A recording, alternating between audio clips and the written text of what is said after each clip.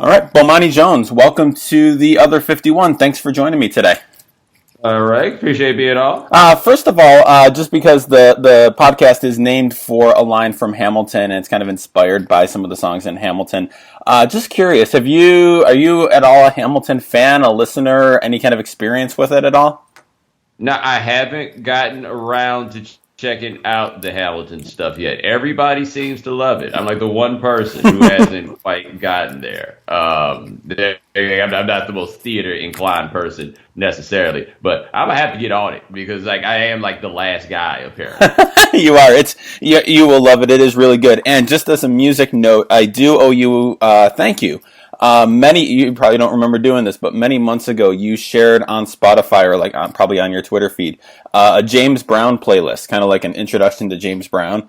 And I saved that and I listen to it every now and then. I guess James Brown's one of those artists that I shamefully don't know very well, aside from like the greatest hits. So it was a really good introduction for me to some of his other stuff. So I appreciate that. So thanks for helping me out with that.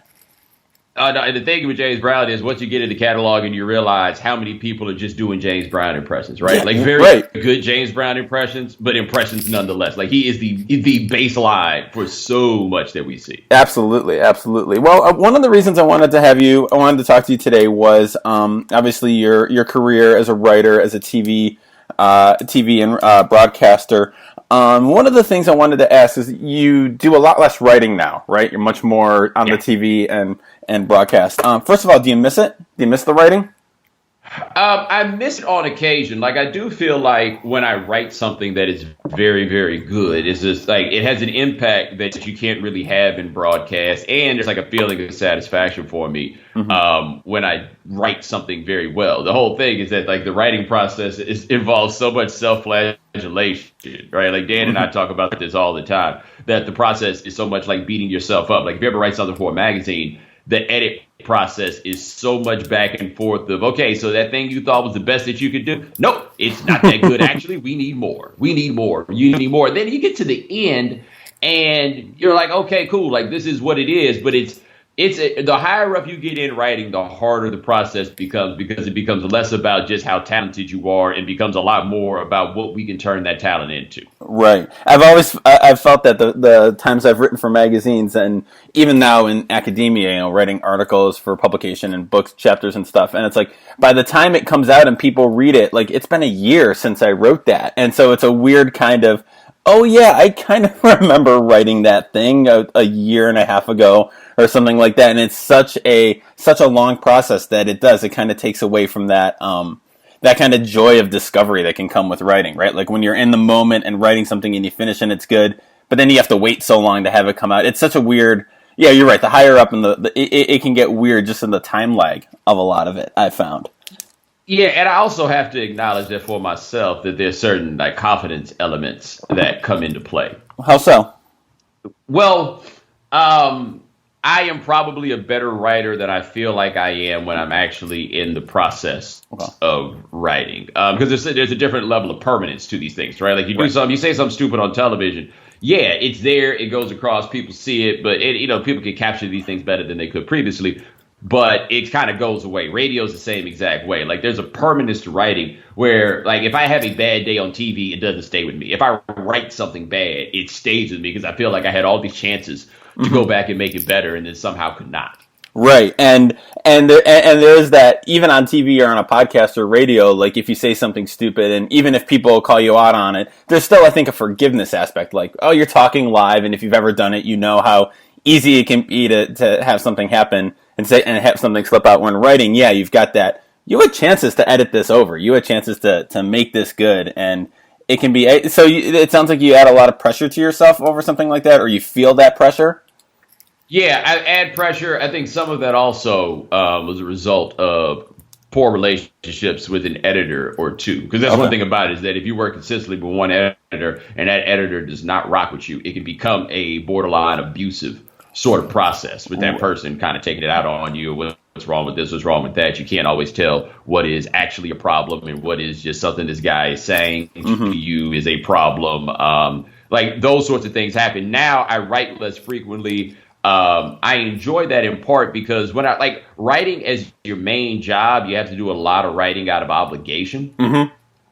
And I prefer to write because I feel like writing. Okay. And when I write because I feel like writing, the work is much better. Even when I was a freelancer, you had to write to eat, but there was a bit more of a choice of when you decided to write and what you chose to write about that made the process a whole lot easier.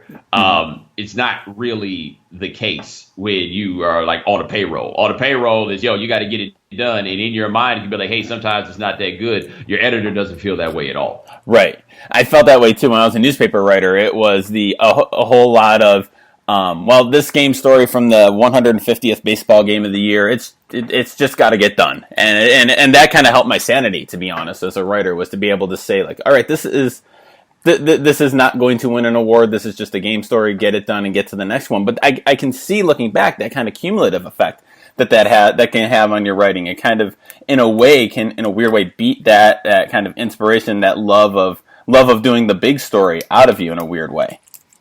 Yeah, because like when I really first started doing it, because I kind of stumbled into, deciding that I wanted to do it. And it was just exhilarating, the idea that I could sit down and I could write something and people would read it and people would share it. And when you first start, especially when you're young, everybody tells you how good you are, because that's like, especially early, like that's the part that really catches them, right? It's just like, wow, you're good at this. And then you get to a point later where you start understanding the technical aspects of it more. Right. And then, you become a better writer. But I do think the process for a lot of people is you start by being told how good you are, and then you have to learn to deal with how good you're not. Right. And that's not necessarily an insult, but that's what takes you to the next level of it. And then I got to a point where it's always like, is this good enough? Is this good enough? Is this good enough? Like I never had a great answer for whether or not it was good enough. So I have I have an intellectual confidence about my ability to write. But sometimes while in the process of it, I don't feel it. All right. I was just wondering if you could kind of talk about your career path a little bit, because I know it's very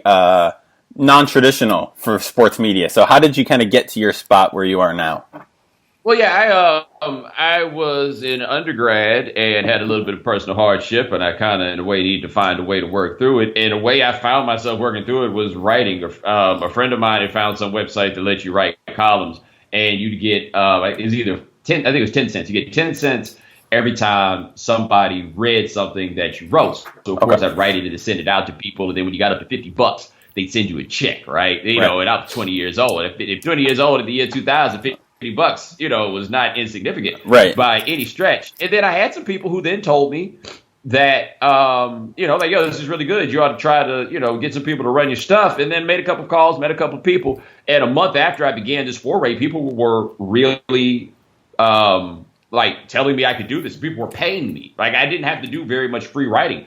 People were paying me. So I freelanced for a number of years while I was in graduate school. And I kind of had these visions of being like a public intellectual type.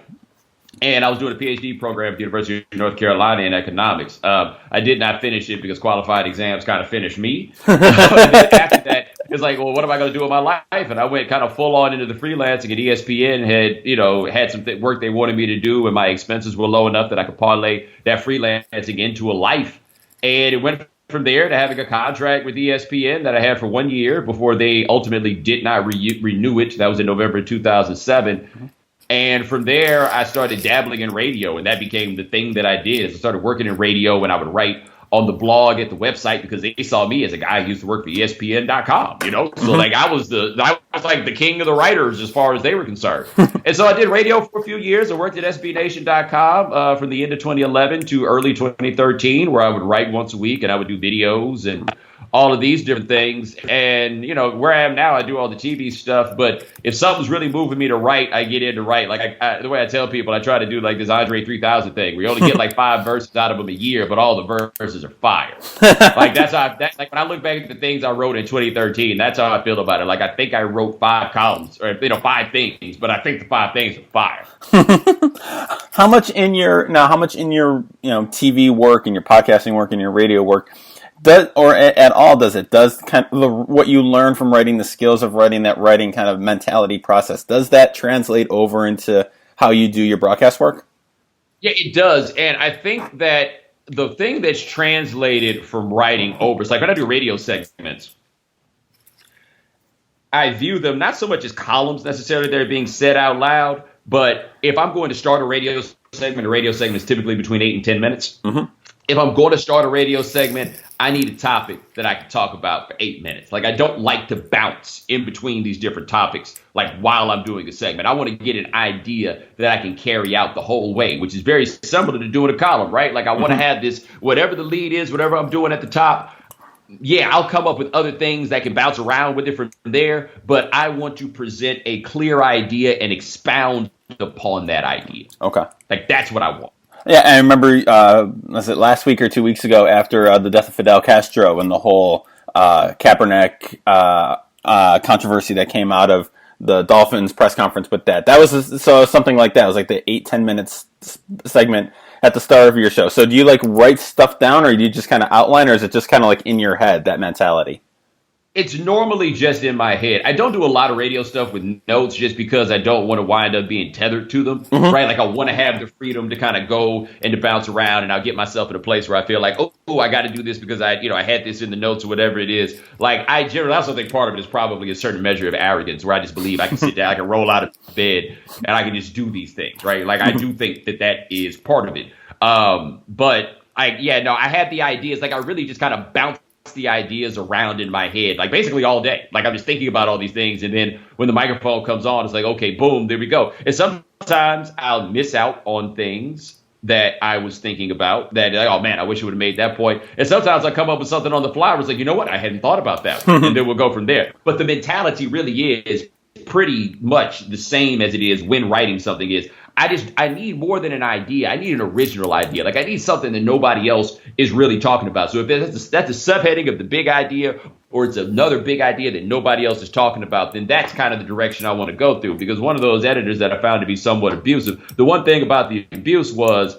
he was always just like, okay, well, it's got to be something that nobody else is saying, right? So, like, if you want to talk about paying college athletes, like, this is an important lesson to learn. You can't just be like, I'm going to write a column about why I think we should pay college athletes. That column's been written a million times before. So what are you going to say about paying college athletes that's worth hearing because somebody is unfamiliar with it? Right. And that's what I try to do with radio. That is very similar to what I, learned with writing. I try to tell my students that all the time, like, especially in the sports writing classes. Like, I don't want them to. I tell them, I don't want to read the story that I've read before. I don't want to read kid coming back from knee surgery and working hard to get back in the lineup. Good for him, but I've read that story a million times. What's new? What are you telling me? What's special about this story that's not there before? And how important do you think that lesson is? Not just having the idea, but kind of the original idea, and maybe not even in columns, but just for stories as well. Just, something new. How important is finding that original idea? Oh, I think it's huge, because otherwise there's no point in really writing it, right? Mm-hmm. Like, I think that's the biggest thing is, like, so what are you finding new? So, like, the story that you described there, the guy rehabbing from the knee injury, where you're going to find the something new there is going to require a measure of reporting, right? Mm-hmm. Like, it's not going to be this amazing thing that you just think of while you're writing about, wow, this is what's different here. You're going to have to get the different out of this kid. Like, so what makes this kid different, right? Mm-hmm. That's what you're going to have to figure out if you're going to do it from there. But I think that is a hugely important thing, in part because that then requires the writer, especially the young writer, to read more and learn more. Because what you do not know in these situations very often when you're young is how much has already been done. Like, my father always talked about, his daddy told him, like, look, boy, ain't nothing new under the sun. Right? And so when you're young, you think, and I thought about this in graduate school too. I had all these ideas like, well, why is nobody talking about this? Actually, they thought about this and the notion has been debunked. Right. But you're new, so you haven't had a chance to think about this. You haven't had a chance to realize it's been debunked. Right, and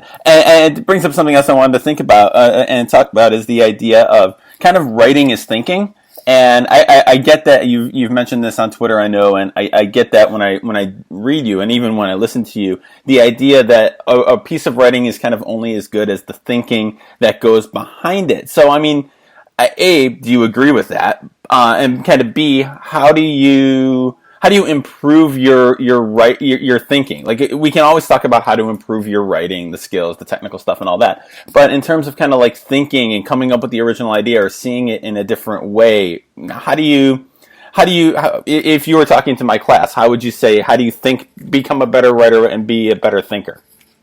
Well, the first thing I'd say to your class would be, I don't know what the class is called at Oswego, whether it be symbolic logic or critical thinking or whatever it is. I would say to take a logic class. Okay. Number one. Like, I think one of the best things I did in college, I took 3 philosophy classes. Like, I forget, the first one was, the second one was philosophy of criminal justice. Oh, the first one was social and political philosophy, and the second one was just your basic critical thinking class. The A implies B, B implies C, the logical fallacies, and all of those things. Sure. Because I like to fancy myself as a linear thinker, and I think part of what's cool about going about things in those linear thoughts is you can find very easily where people are getting it wrong, right? Where conventional wisdom has just been repeated over and over again, but people haven't stopped to think about what exactly that wisdom is. That is the first thing that I would say. The second thing is just to consume a lot of information, because a lot of people are doing this thinking already. And so, like when I was in grad school, what you realize is so many papers I read all these papers, but then I found this one thing that nobody was doing. And so now I'm going to add this into the literature. So improving your thinking is, as much as anything else, done by thinking about functionally the machinations of your actual thinking. But then from there, finding out what other people are actually thinking about, because then that takes you to another place and helps you realize in large part that these thoughts you have right now, you've got to do more. But nothing makes you a better thinker really than reading. And obviously you're an economics student, have degrees in economics, studied toward a PhD in economics. And I remember you mentioning, I think it was when you wrote the Kaepernick piece for The Undefeated a few months ago, after his protest started. And you mentioned kind of like the economy and the economy of words in writing and thinking, and kind of think of writing from an economic standpoint. So how did studying economics help you be a writer? All right, well, let me give you a quick breakdown of the cost function, right? All right. So the cost function, the function that determines what the costs of production are going to be based on how many units you're trying to produce or whatever it is, right? Mm-hmm. So the thing they teach you about the cost function in economics is that costs are increasing, and they increase at an increasing rate, right? Mm-hmm. So as you add more units to production, the cost is going to go up. And it's going to go up at an increasing rate, which is to say or another way to put this is effort is costly. I think is the best way to put it. It costs you to put in effort, right? So reading is effort. The work that you have to put in while reading is costly. And then each additional word is more costly than the one before it. Okay. So the longer something is, the longer it goes, the harder and harder and harder it becomes to read. So every word, every thought, every sentence has to provide enough impact that it is worth it to the reader, that the benefit the reader gets is greater than the cost that they have to pay expending the effort in order to read it, right? So for me, when I'm writing these things, especially as I got farther along in this, I became a lot more parsimonious, in a lot of ways writing a lot more like an economist, because economists don't care about pretty language, right? Right. But you realize that the point is what matters, like not showing off how nimble you are with these words. The point that you try to make fundamentally is what matters. So with every word, you've got to ask yourself, what is this providing you, right? My sister writes novels. I remember she once talked about studying under a poet. And the thing about studying under a poet was you understood the importance of every word. You understood the importance of every line. Nothing you write should be put in just for the sake of doing so. It has to provide a very clear purpose. And that's something I think that people need to realize when they write, is that it has to be a very clear purpose. And in a way, as you were saying that, I was thinking that kind of, in a way, probably adds to the pressure you can feel as writing, because now all of a sudden, not just, the general pressure of writing, but does this, this has to matter. Like this sentence has to matter. This word choice has to matter in a good way. But I feel like that kind of level of self-reflexivity can probably, add to pressure, but in a way make your writing better, probably. Yeah, no, it does. It really, really does. But you have to be able to look and say, what is this adding? Mm-hmm. And where you really start getting to the question of what is this adding is not with big thoughts, words, and ideas. It's with small words, right? Mm-hmm. Prepositional phrases, as of, thus, as a result, those sorts of things. Right. You got to figure out how to make those things as quick as possible. Like to me, you want to make those things as lean as possible. You've got their attention, but for so long. Mm-hmm. Make it work, right? Make it worth their time. And for you, you got to realize, like, it's on you to make them stick around until the end. Who cares if their attention span is short or whatever it is? You got to be the one to make it happen. Right. So your sister's a novelist? Yes. That's awesome. How many books has she written? I think she just finished the fourth. Oh, awesome! So was she? Or were you both writer? Was she a writer growing up? Were you guys kind of writing together growing up, or both writing when you were kids?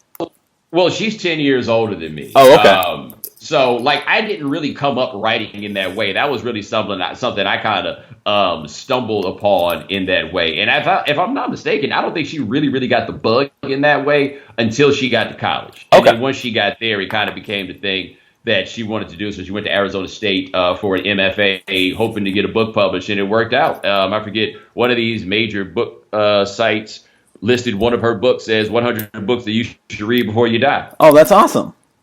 That's super cool. What was the name of that book? That book, I think, was The Untelling. Her name is Tiara Jones, Tayari Jones. So the first book is called Leaving Atlanta, to look at 3 children during the Atlanta child murders. The Untelling is a story of, it's a little difficult to explain, but it's about a woman who goes through a whole lot of shit. Okay. And then the third one is called The Silver Sparrow, and that is about one of these fathers with a family across town. Okay.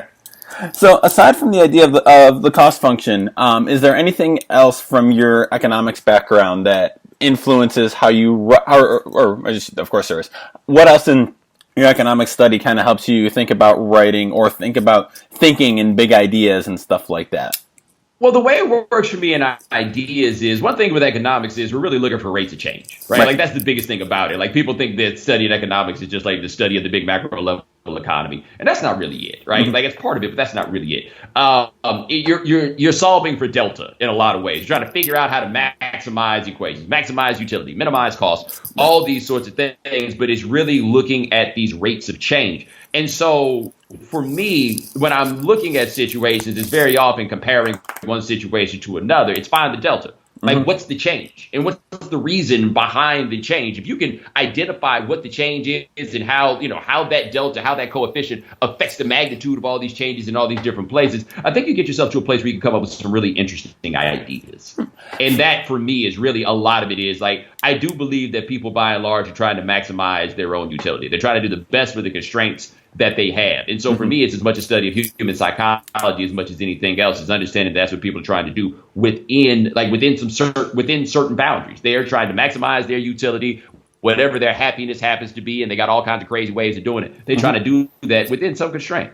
Right. For me, and one of the classes I teach is media economics, and I have a mass comm degree, so I'm not nearly at the level of economics that you are. But one of the things that kind of I think about a lot in that class, and it's carried over into a lot of stuff, is the idea of what's the incentive? What are people's incentives to do it? And thinking like it kind of in a very basic non-economic way, it's like everyone has their reasons. So what are the reasons? Like people are doing, my understanding of incentives, correct me when I'm wrong, but it's everyone's doing this for a reason. Like you don't do anything without an incentive, and figuring out that incentive can really kind of clarify a lot of things and a lot of understanding situations. Yeah, you're right. Part of what's interesting about that is I went to graduate school for my first stop at a school called Claremont Graduate University. And what it did was expand my idea of like what economics was. And I remember we had a book we read in one class. It was called Passions Within Reasons, right? And it was just looking at these different places where people behave where one would term to be irrationally, but it kind of helps spell out that incentives are not as constant as other people would have you believe. So, for example, people give their lives for their children, right? Like people will jump into waters to save their children, even though there's a possibility that they might drown. The economists on one level would tell you this is irrational behavior, but the incentive structure becomes different when people have kids. So you learn that you kind of have to expand what your ideas are of incentives when you do these things, because it's just not as simple as, well, this is what's best for me. People throw all kinds of stuff into the equation, and then it gets skewed. Right, and the idea of incentives for me it helps me see things from another actor's point of view. So, like you said, if you don't have kids, the economic point of view of jumping in is foolish. But if you have kids, it completely makes sense. So it kind of forces you to see things from different angles and kind of understand actors from that standpoint. Yeah, everybody's in this for different stuff. And part of the fun is you have to have a certain level of empathy, I think, to be a good writer, because then you find out what it is that people are in it for. Right. What's the best thing you've read lately? Whew, the best thing that I have read lately. Well, I've been saying this over and over again. And, I just got through reading The Warmth of Other Suns by Isabel Wilkerson, which is a look at the Great Migration of Black people moving from the South to the West Coast into the Midwest. Okay. In the early to mid 20th century. And it is such an amazing, masterful piece of work, right? Just as a piece of research, as a piece of writing, and it tells a very important untold story of American history that I think helps us understand a lot of things that are going on right now. Like that is like long form. That's probably the best thing that I've read. Like my father, who's read as many books as any human being I've ever met, says that it's the best book that he has ever read, and he can write it. He's a hell of a writer. Like it's not like this is just somebody else, just some random dude saying this who reads books. Right. It's amazing. I found that book just to be mind-blowingly good. Awesome. I'll have to check that out. I've been reading Reconstruction by Eric Forner, who's a historian, and it's one of like the definitive histories of Reconstruction from the end of Civil War up through the election of 1876. And it's kind of one of those things that I think similarly kind of drawn to that era right now and trying to understand a lot of the stuff that's going on in America right now. And just that, I feel like that's such an important era of American history that we don't think about or talk about a lot. Like we get to the Civil War, North wins, emancipation, and then, everything's good. And then you read about Reconstruction, you realize kind of the mechanisms that got put in place and what happened. A lot of the stuff that's still going on is very much echoed from that time. So, I admit that Reconstruction is something I really want to get into and that I simply don't know as much about as I should, because it is totally, I grew up Southern too. So, they ain't really got nothing to say about Reconstruction that is not damn those Yankees. Right. but it is a hugely important period of time. And I think the Great Migration is also similar.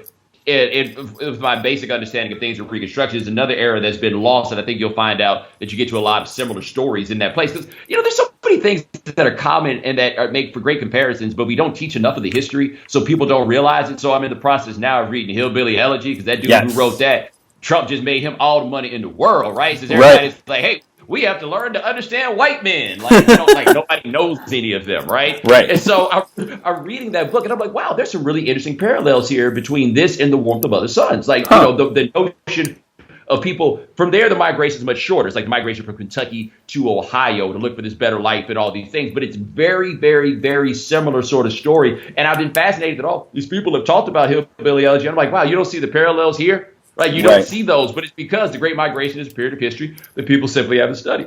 Right. So, all right, Bomani Jones, thank you for joining me. This has been great. I appreciate your time. Hey, thanks so much, man. You have a good one. You too. Thanks.